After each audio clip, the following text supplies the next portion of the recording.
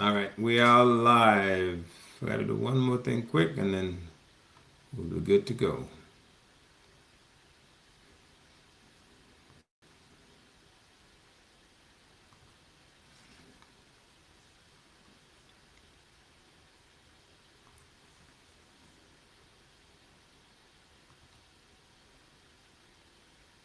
All right, hey Daryl, how are you doing? I am great. How are you today? Man, I'm doing pretty good. Thank you for taking time to do this with me. Um, Yeah, I really appreciate it. So before we go any further, just tell folks who you are and just a kind of brief description of what you do, and then we'll go into more of the details. How about that? that'd be great. My name is Daryl Young. Been in a licensed professional in the life and health space for over 10 years now. I'm also retired military. I am residing currently in Tennessee, but I'm licensed in 12 different states in the United States. And we have business partners both in the United States and Canada. So we do holistic planning. So when I mean holistic, we do everything from you know um, uh, planning for infants to people that are about to retire. I have team members that also do Medicare, so we can actually help people with Medicare planning. We can help them with retirement planning. We can help analyze their Social Security and tell them when they should or the optimum time to take their Social Security. So, and of course, we also have a team of investment advisors as well. So, when I say holistic planning, we're in the United States and Canada, and we're helping families have a brighter future. So, that is our focus. Our focus is really financial literacy and educating the public. We do not charge. So, we offer virtual workshops as well as one on one workshops and we can actually go to homes, their communities such as churches. We are at Harvard University, John Hopkins. We've done this for the FBI. So we reach out to community where they're at to educate them. So we have a campaign called it's a financial literacy campaign. So our goal is to educate 30 million North Americans by 2030. So some of the things that we offer are the workshops are like increase how to increase your cash flow, debt management, emergency fund, proper protection, savings and wealth, how to asset accumulation, college planning. So we have a whole program when it comes to financial literacy. We just don't teach one thing.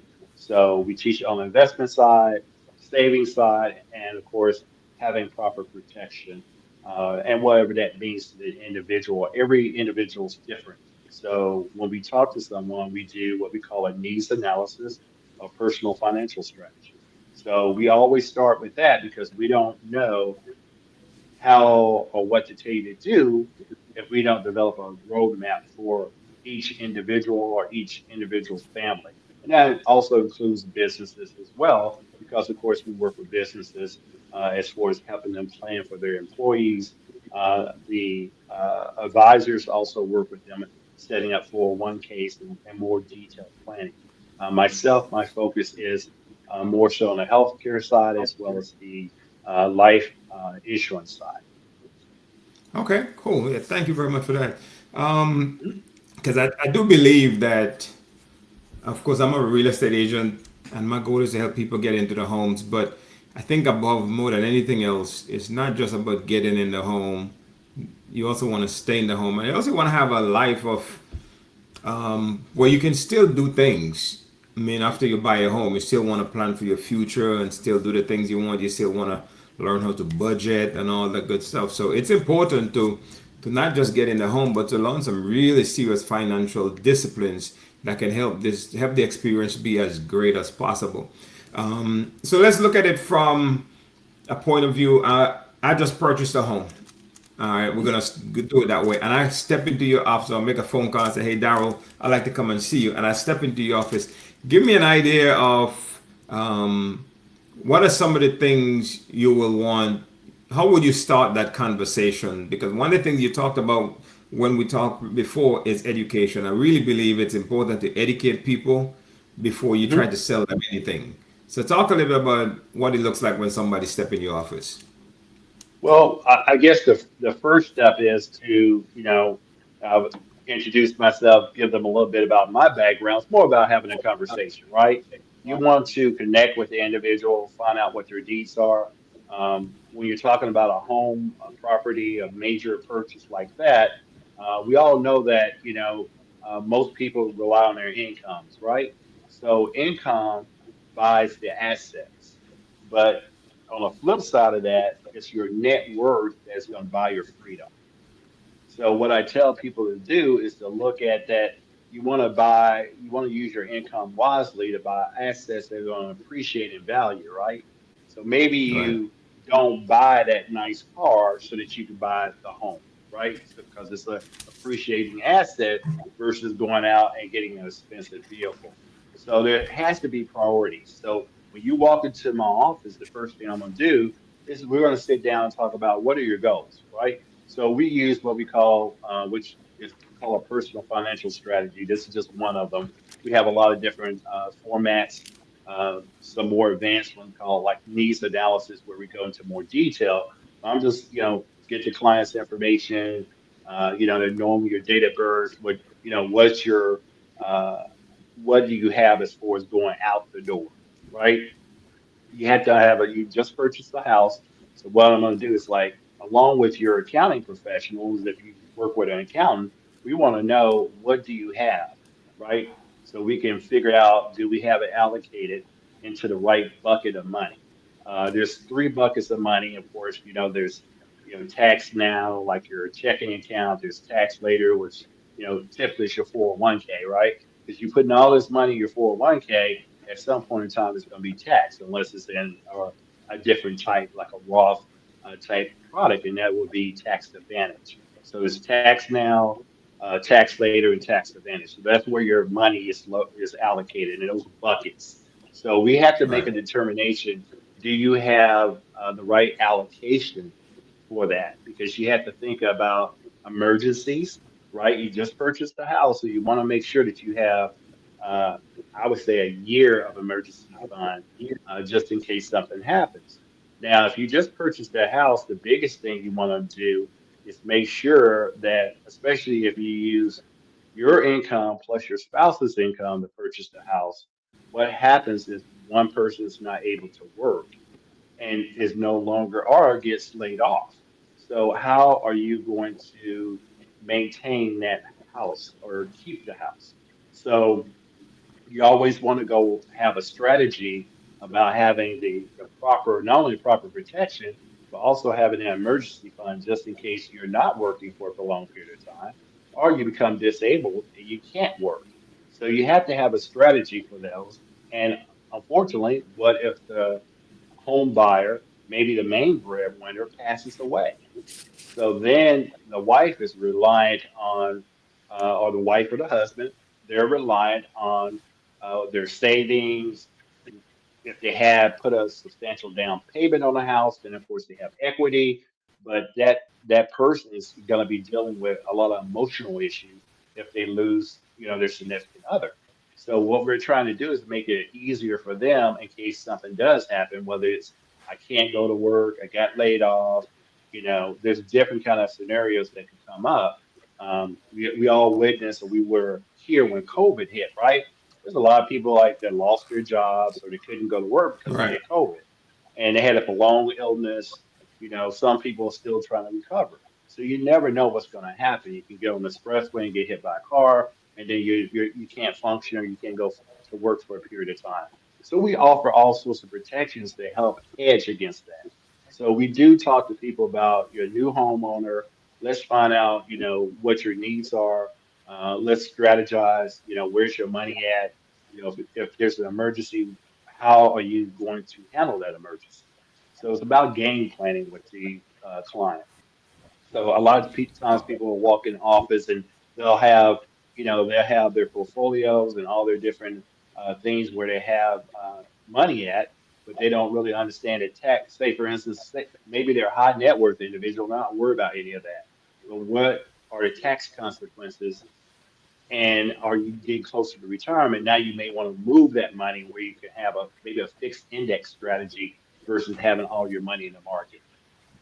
Okay. So how about let's say for someone who hasn't done anything yet, just want to start off trying to build a nest egg.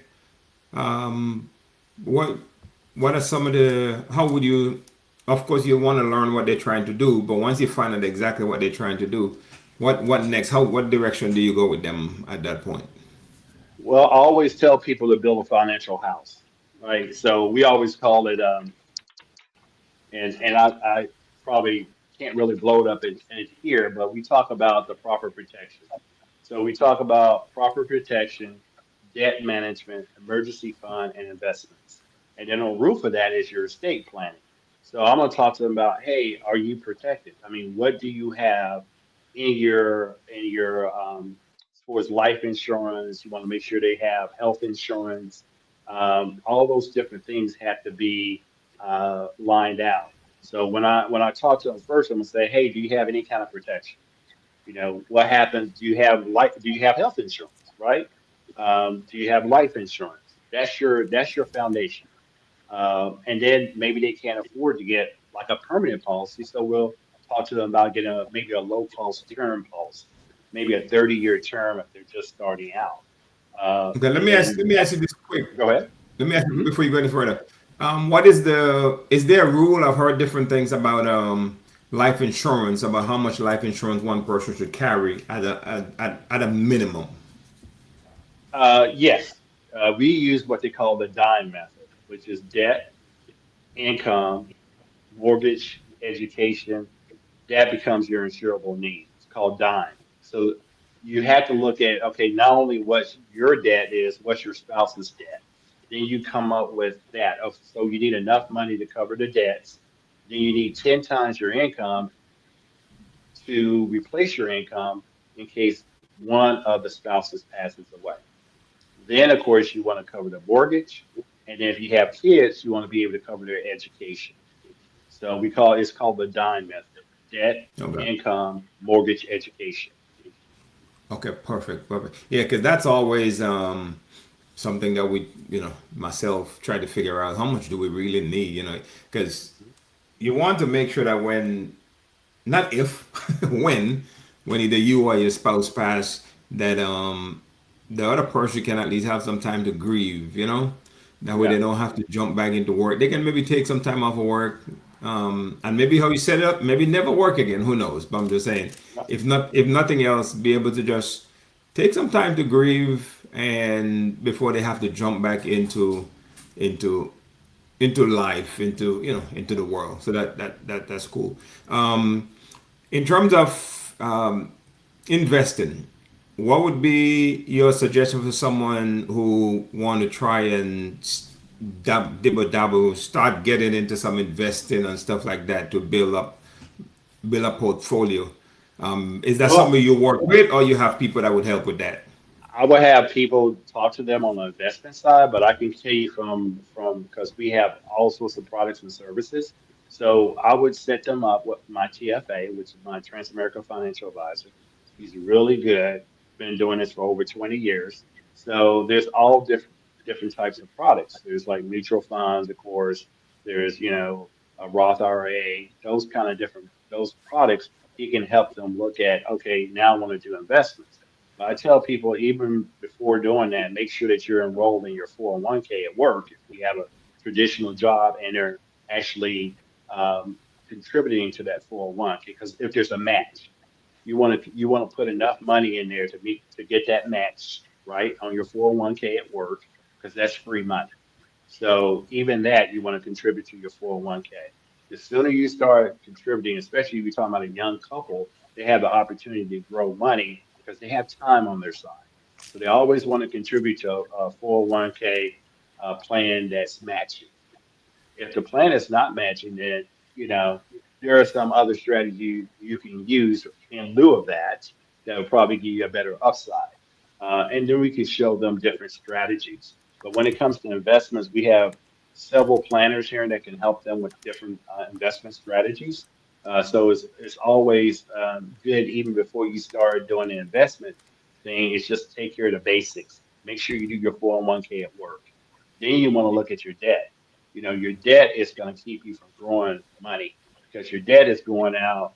Your debt, your money coming in, and then it's going out in debt. So you want to do the protection first, your debt management next, and then you want to have an emergency fund. That emergency fund is going to keep you in your house if something happens. So even before that, when we're talking about emergency fund, where do you put your emergency fund? Your emergency fund, you can have it in a money market account. You can have it in a CD. You want to have it liquid. So that's what we talk to people about. Have an emergency fund that's liquid, and it's safe because you may have to use that money. So you want to have that emergency fund where you can actually access it in case something happens.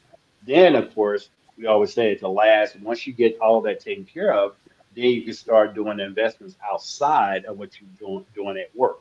Because you can contribute your 401k at work. A lot of people don't want to put the money there, because they get bills. Start early. Start your investment early. You have a 401k, start investing.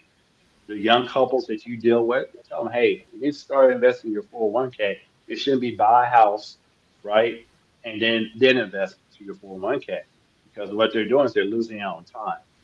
And that's something you don't get back. And the time value of that money that over a period of time to make them a millionaire, and it could take less money putting in because they started early. So you want people to start early. It's never too young to start a child with an account where they can grow their money. It's never too young for a child to have an insurance policy. They could be a baby and have an insurance policy, and that insurance policy can also grow cash value. So I tell people, the sooner you put money into your savings, not savings, but your investments or into your policies, the money's going to grow over time. It's called compounding. So whether you have it in a cash value policy or you have it in an investment account, the money's still going to compound. The part of with insurance, of course, there's a cost to the insurance, but you also have that cash value. Once, if you keep it properly funded, it's going to pay out if it's a permanent policy. If it's a term policy, it's going to expire based upon if it's 10, 15, 20, or 30 years. Okay, And perfect, you, man. and you So have to yeah, qualify with insurance. Go ahead. right, right. What Mhm. what are three simple habits that anyone can start today to become better with money? I always tell people, you have to start by getting a snapshot where you're at. I've listened to several financial advisors and planners within my team and also outside. I'm a what they call a lifelong student of the business. So I always listen to these advisors, whether you believe in Dave Ramsey or whether you believe in some of these other, uh, you know, quote unquote financial gurus. It's always unique to yourself. So what I tell people to do is do a snapshot every year. Look at where you're at. If you're regressing, then you got to do something different. But I even do it more in line with that. If you have a spending problem, start writing down everything you're spending your money on. So I know it's tedious, but even if you go to the store and get a soda or whatever, start writing it down. Make it a game. Maybe between you and your spouse or your significant other. Say, hey, I can save more than you can save this week.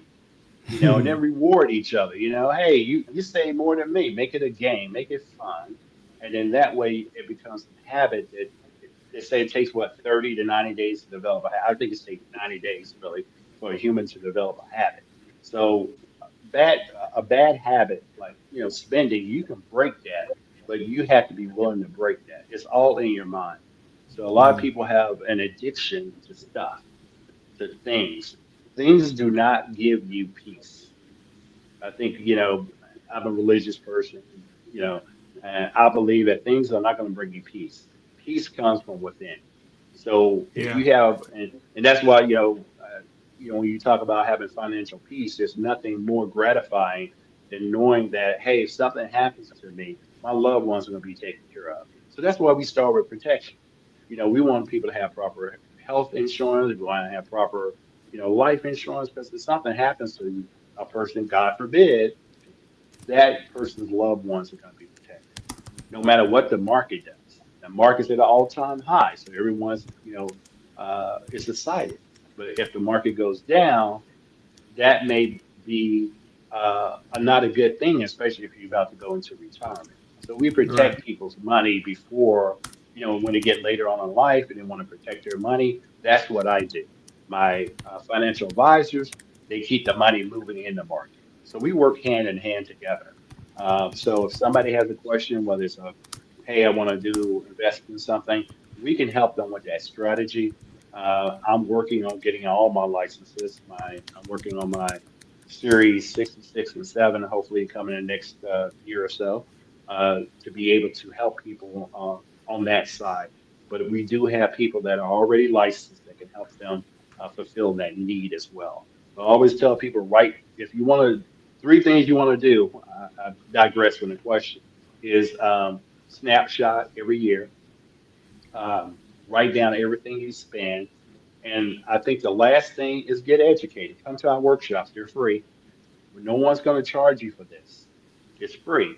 Come to the workshops and learn what you don't already know or you think you know. You may get a different way of viewing things once you come to the workshop.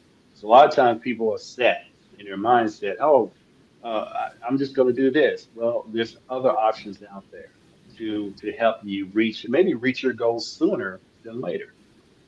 Yeah, because like I said, we don't know what we don't know, but there's ways to find out if we decide Yeah. to go look for the answers and find the answers in the right places. Um, I asked a question to some of my viewers the other day, and I thought he was so interested, but I got a good bit of response. So, what is one piece of financial advice you wish everyone learned in high school?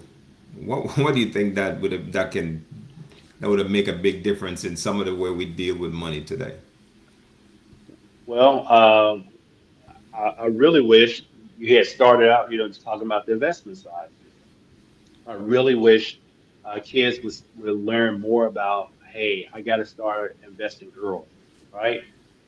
Those kind of things, saving, So I would say investing slash saving. Those two go hand in hand. If you don't save, you don't have money to invest. And when I say investing, I also include, hey, having life insurance. To me, that's like the flip side of investment, right? Because Right. investment grows over time. But if you have a policy and something happens, so for instance, say for instance, somebody walks into my office, they get $100,000 policy, or they get $1 million policy. The next day, if something happens to them, their family got $1 million tax free. You can't do that with an investment. So I tell people this is the flip side. So even when you have a kid, you need to tell them, hey, we're gonna, get a policy for you because you may not be insurable in 5 years. So I tell people it's just the flip side. Have both. But we don't learn this in school, because we're too busy trying to do their courses that they have us, and then we're off to college. But you really have to look at both angles. How can I secure my future? Have a policy that has both. It has the death benefit and it also has living benefits. When I say living benefits, these policies are so dynamic today that if you do get injured, you can actually use the death benefit while you're living. That's what's called living benefits. So when people talk about life insurance, they just think they got to die to get the money. That's not the case. You can have long-term care riders with these policies. You can overfund them. So while your investment's growing and your cash is growing in your insurance policies as well, you have two pots of money. You can get tax-free loans and withdrawals through your policies, and you don't have to touch your investments. Just let your investment sit there and let it grow. Then when you get ready to retire, you can sort of move it to a Roth IRA, or you can do different things that our financial advisors can help you with. But it's about having a strategy young. And then when you get older, you're not stressed about money. You're making choices based upon what you want to do versus on what you have to do. It should never be that you have to take a job that you don't like because you need to make a check. So I tell people there's an opportunity there when you're young to make sure that that doesn't happen to you. Now, with the age of AI and all this other things that are going on, it's even more imperative that young people learn about handling their finances as early as possible. You know, we people as parents are passing money on to the next generation. They got to know how to allocate that money to take care of the younger generation, because who knows where AI is going to take us? Are they going to are the kids going to have viable jobs that are going to be fulfilling and give them the type of income that they need to have a I would say a blessed life. Right, right, right. Okay. Um, I think one of the most powerful tool that anybody can use, and I haven't really used it throughout my life, is a budget. I think a budget is Yeah, a powerful, powerful tool. And sometimes we don't do it because we're scared to see. But yeah, I went to a class, Financial Peace, with Dave Ramsey, and yeah. that his biggest thing is the budget, and it has made a big, big difference in me and my wife's life, because now we're still learning, but we are much, much better, and now we know what comes in, and we decide what's going out and how it's going out. Because Hmm. sometimes, and then going back and looking at it, we really got to see where we were spending. And sometimes you're not spending money on big, big, bulky things, but those little $7 every day for Hmm. maybe I'm not this. There won't be me, but that's $7 every day for a cup of coffee or whatever it is that you spend a little bit on. When you add that stuff up, that stuff adds up to thousands and thousands of dollars. Um, but I'm gonna put this thing on the stage. I just kind of had ChatGPT made it for me. Hmm. And it gives an example of what we were just talking about, the power of investing early. Hmm. Um, like someone put in $100, of course, I mean, nothing is guaranteed, but you put $100 a month from 21. When you get to 55, you have almost $1 million, just $100 a month. Yeah. And if you wait until you're 34, I put change the date, it's you got 275,000, a difference of almost $600,000 Yeah. in the space of 12, 13 years. So that's I think it's so important that people understand it's really important to start early. And if you didn't start early, still start. Don't choose not to start. So Yeah. when do you normally have your seminars, and how can people get to partake or be part of your seminars? Well, we do them every day. I'm doing one tomorrow at 10:30, and they can just reach out to me directly, and then that's the best way to get a hold of me. They can call my cell number, which is 901 and I can get them scheduled for either a workshop or we can do a one-on-one. We love to come out to people's churches, their homes.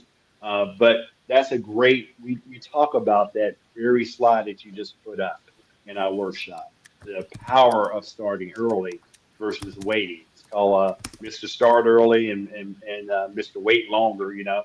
So you want to start your kids early. And if you haven't started, then it's never too late to start. Never, never too late to start. I tell people it's going to take you more money that you have to put in, but it's never too late to start. And even if you can't put in a lump sum of money, you can make sure that you have proper protection, right? So, Right. and you can make sure that you're debt free. Uh, you don't want to leave your kids debt, you know. So those are the kind of things that could be a showstopper. And you also want to have an estate plan, have a trust. You know, I tell people trust is not just for wealthy people. You don't want to have your affairs to go to probate. So we do estate planning as well. So when I say holistic planning, if people aren't at this level where they've, invested at 20 something years old or whatever the case may be, then it's never too late to get your house in order. Perfect.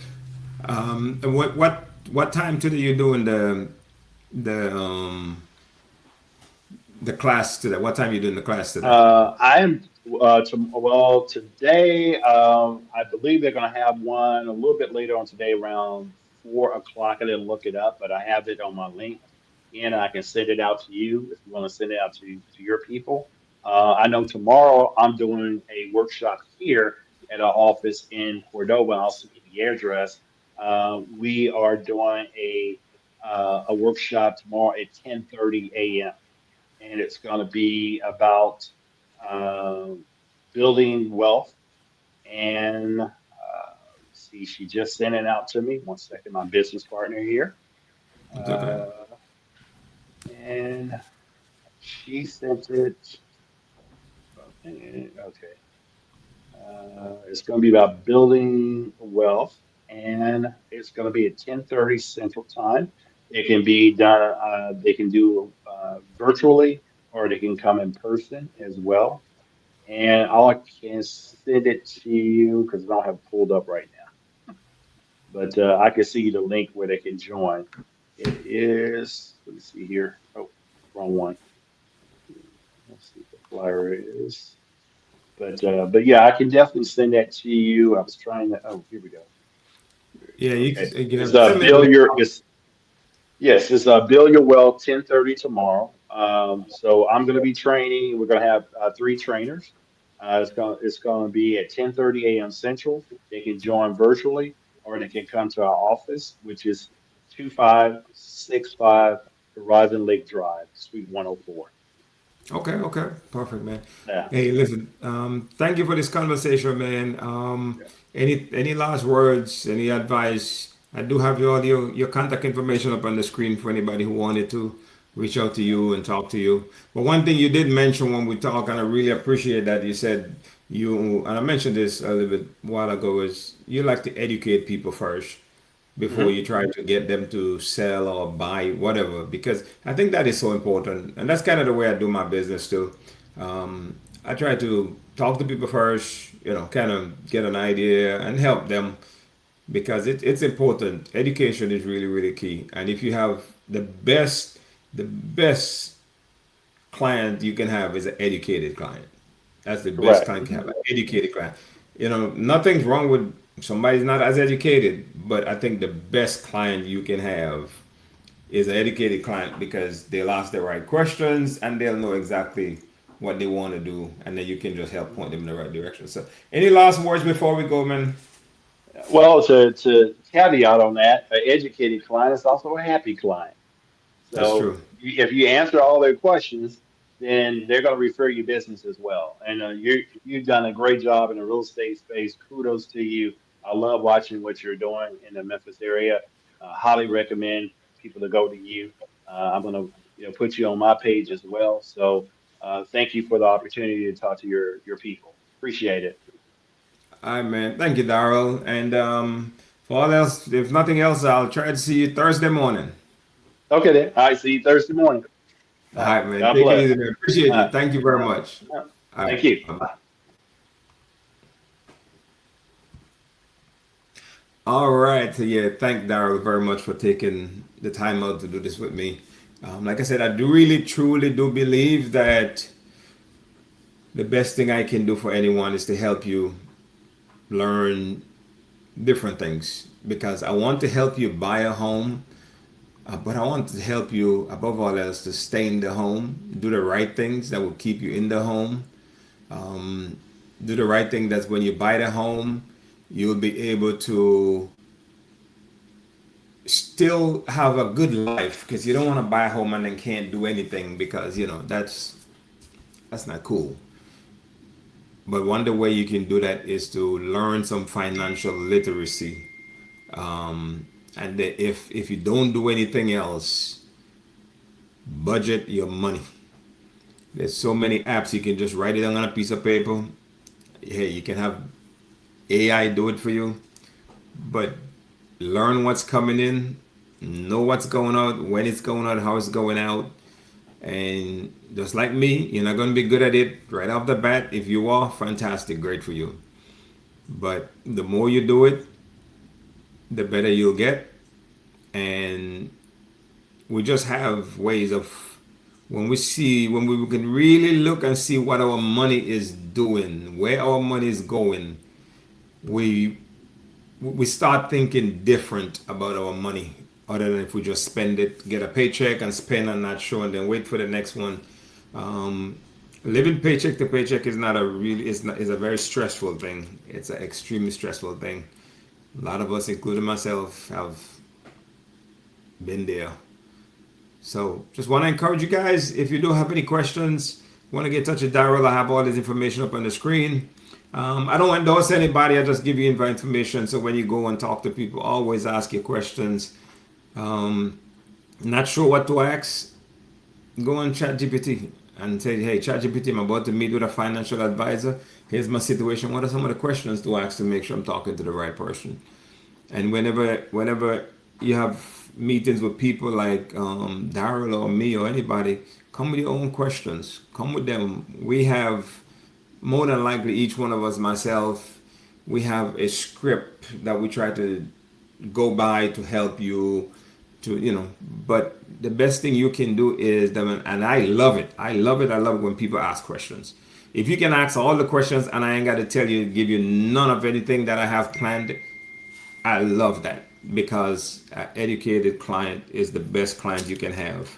And I believe that from a long time ago. Even when I was in the car business, some of my coworkers used to hate people coming in with information, but no, that's the best thing. An educated consumer, educated client are the best ones, because those are ones that don't give you trouble, don't give you problem, because they ask all the questions to get stuff done, and then they'll be happy with, as long as you do right by them and always put them first and give them the right information to make their lives better, you'll be all right. So yeah, thank you guys very much. Next Friday I have, not next Friday, yeah, I don't know what next Friday is, but the following Friday, the 21st, I'm going to have a friend of mine who has a organization here locally that helps people with cancer, and also very closely aligned with St. Jude's. Really good friend of mine. We worked together for many years, decades actually, over 20 years. He'll be on my thing on the 21st. Still working on next week's guest. If you have an idea and if you know someone you'd like me to speak with, or if you see this and you want me to speak with you and you have stuff you can share with my knowledge you can share with my folks, I would love to do it. That's the goal. That's why it's called Beyond the Close. So after you close, what happens then? You know. So thank you guys very much, and I will see you